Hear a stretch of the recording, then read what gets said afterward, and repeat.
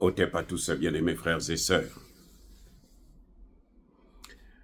J'avais rien à faire aujourd'hui, je me relaxais un peu, changer un peu d'idée.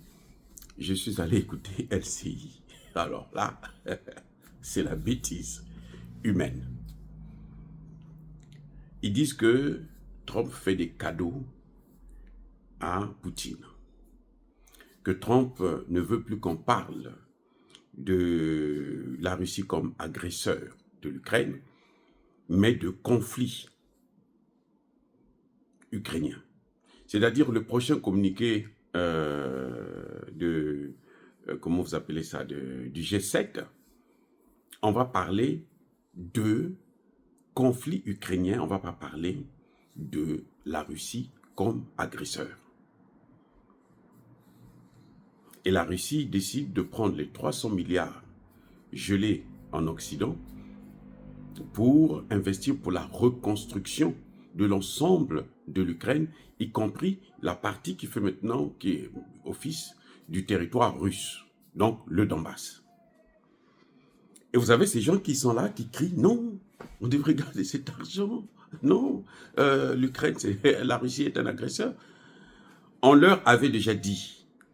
Ceux qui me suivent depuis longtemps, depuis le début de cette crise, savent que j'ai toujours dit, en fait, c'est les Occidentaux qui ont créé les conditions de cette guerre. Ils attaquent Donald Trump pour rien. Cette fois-ci, vraiment, je suis du côté de Donald Trump. Parce que Donald Trump a compris que cette guerre, ce n'est pas une guerre que la Russie a intentionnellement engagée contre l'Ukraine. En fait, c'est une guerre qui a été préparée, organisée par les Occidentaux. C'est-à-dire, ce sont les Occidentaux qui ont réuni toutes les conditions de la guerre. C'est-à-dire que je veux dire par là que les Européens, notamment depuis les accords de Minsk, et puis même les Américains, à l'époque c'était Barack Obama, ils savaient que les accords de Minsk là, ce n'est pas pour la paix en Ukraine, mais c'est pour attaquer la Russie. L'objectif de l'Occident, c'était de balkaniser la Russie. C'est comme ils ont voulu faire avec, ils sont en train de vouloir faire avec la RDC, qui est en train d'échouer là, parce que Trump est là. L'objectif, c'était balkaniser la Russie. On coupe la Russie en petits morceaux, et puis chacun prend une partie, et il contrôle, et il pille les matières premières qui sont très nombreuses aussi en Russie. C'est ça le problème. Or, quand ils ont créé ces conditions, lorsque Poutine s'est rendu compte que mais ils vont m'attaquer, il dit non, je ne veux pas les laisser se préparer pour qu'ils puissent m'attaquer, sinon la guerre deviendra très dure pour moi. Moi, je veux les attaquer avant que eux, qu'ils puissent être prêts. Poutine n'a fait qu'anticiper une guerre qui devrait avoir lieu, coûte que coûte, d'une manière ou d'une autre. C'était l'objectif des Occidentaux. Et quand Trump arrive, Trump se rend compte que mais l'OTAN a perdu la guerre. Cette guerre est perdue. C'est-à-dire que je ne comprends pas. Les généraux de plateau, comment ils sont? Ils sont tellement ridicules. Cette guerre est déjà perdue. Les États-Unis ont tout donné à l'Ukraine pour gagner la guerre et l'Ukraine n'a pas pu gagner la guerre. Vous avez vu même l'Iran quand l'Iran a attaqué Israël. La première fois, la deuxième fois. Après, ils ont arrêté. Parce qu'ils savent que s'ils continuent, s'ils continuent, mais l'Iran est devenu une très grande puissance. L'Iran va humilier à la fois Israël et les États-Unis. Donc, il faut arrêter ça. Vous comprenez?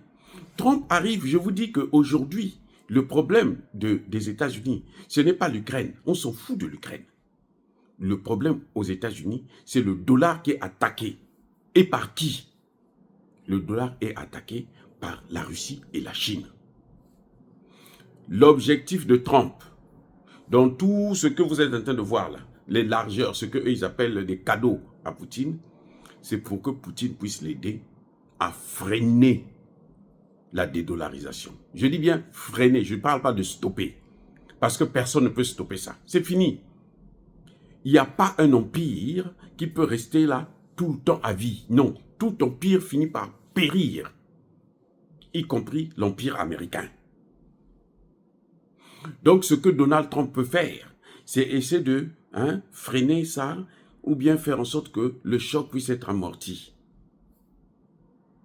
Je ne vous ai pas donné les résultats comment on appelle, des sondages qu'on a fait aux États-Unis. Depuis que Trump est là, l'inflation ne s'est pas arrêtée, l'inflation ne baisse pas, l'inflation continue à monter. Ça veut dire que la situation économique est catastrophique aux États-Unis. Ceux qui vivent aux États-Unis ici le savent, ils vous diront que tout a augmenté, tout, y compris le logement. Tout a augmenté. Donc le rôle de Trump, c'est de faire en sorte que ça ne puisse pas aller trop vite. Parce qu'à la vitesse où ça parle, d'ici 10 à 20 ans, c'est fini pour les États-Unis, ils vont disparaître. Ils ne seront plus une puissance, c'est-à-dire que moi, ce sera une puissance moyenne, on parle dans le passé. Parce que c'est ça, maintenant c'est la Chine qui est en vogue. Maintenant c'est la Chine. Regardez en quelques années là, la Chine est en train de battre Elon Musk avec la voiture électrique. C'est peut-être pour ça qu'il va faire la politique. Peut-être que ça peut l'aider à influencer, avoir plus de marché avec l'appui de l'État. Mais sinon, la concurrence loyale, normale, il ne tient pas. Il ne tient pas. La Chine fait 3 fois plus. Oui. Là où Elon Musk vend 500 000 voitures, la Chine vend 1 500 000 voitures électriques. Dans le domaine militaire, là, la Chine a le plus gros navire militaire de guerre actuellement. Le dernier cri des navires militaires, c'est la Chine qui vient de le lancer là. Même les États-Unis sont dépassés. La secrétaire d'État de Biden, secrétaire d'État au Trésor de Biden, est allée en Chine pour supplier, écoutez bien le mot, je pèse mes mots, supplier la Chine de ralentir un peu sa course, son avancée. Les États-Unis voulaient faire la guerre contre la Chine. Vous croyez que cette guerre aura lieu? Elle ne peut pas avoir lieu. S'il y a une guerre contre les États-Unis et la Chine, cette guerre ne va pas durer 5 minutes. Ah oui. Et la victoire sera chinoise. Les États-Unis, vous allez voir, ils vont finir par lâcher même Taïwan. Parce que personne ne peut concurrencer la Chine aujourd'hui. Vous avez vu la route de la soie? Pourquoi Trump veut prendre le canal de Panama? Vous savez pourquoi? Ce n'est pas parce que c'est un bourreau, non. C'est parce qu'il veut concurrencer la Chine, qui est en train de contrôler les routes commerciales du monde. Les amis. Il veut essayer de rivaliser avec la Chine, mais c'est impossible. C'est impossible. Donc sur LCI, là, vous avez des gens qui viennent sur le plateau qui n'ont aucune culture historique des faits. Oui, ils connaissent, mais ils font exprès comme... Mais ça, c'est devenu la bêtise. C'est-à-dire que tout ce que LCI a dit est en train d'être démantelé petit à petit par le temps.